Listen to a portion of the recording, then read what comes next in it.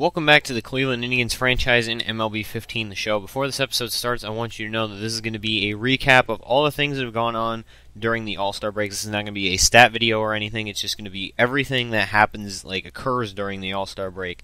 For instance, all the All-Star games, the Futures game, the trades that are made up to this point, and things of that nature. So if you're not interested in any of that, there's no need to watch this. There will be an actual gameplay episode of the Indians franchise within the next 2 days.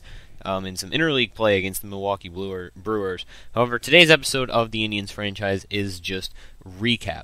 So if you're not interested in that, you're best off not watching this video. If you are, enjoy.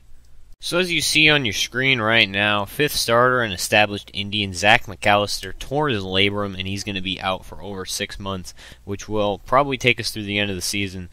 I assume anyway. I don't remember if we're in May or June at this current. We're in July, actually. I'm not even sure. But we are just before the All-Star break. So Sean Markham is going to get his shot. He's our only starter above 70 overall that's left. We could go sign Jollis Chacin. I did think about it for a brief period, but we decided against that. We might sign him if someone else in our rotation gets injured, but right now he's sitting in free agency. So here we go in the USA Futures game. And we have, I believe, one player, and that is Neil Ramirez, or Kyle Crockett, rather. No, we have two. We have Kyle Crockett and Neil Ramirez. I didn't notice Neil Ramirez the first time I did this. I just noticed Kyle Crockett. But Neil Ramirez is in there, too. Neil Ramirez also made the AAA All-Star game. He just recently was promoted to closer, and Kyle Crockett made the AA All-Star game.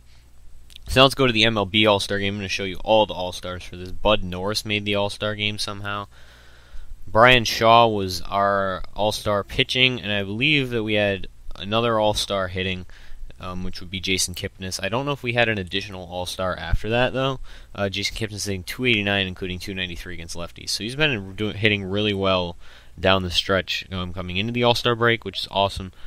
I don't believe we had anyone else, so I'm not 100% sure. I'm kind of just looking at this again to make sure.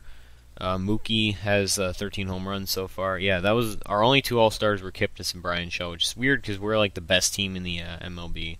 And I actually realize now, as the Brewers have two All-Stars, just pitching, and that's the team we're going up against in the next episode. I just now realized that I actually forgot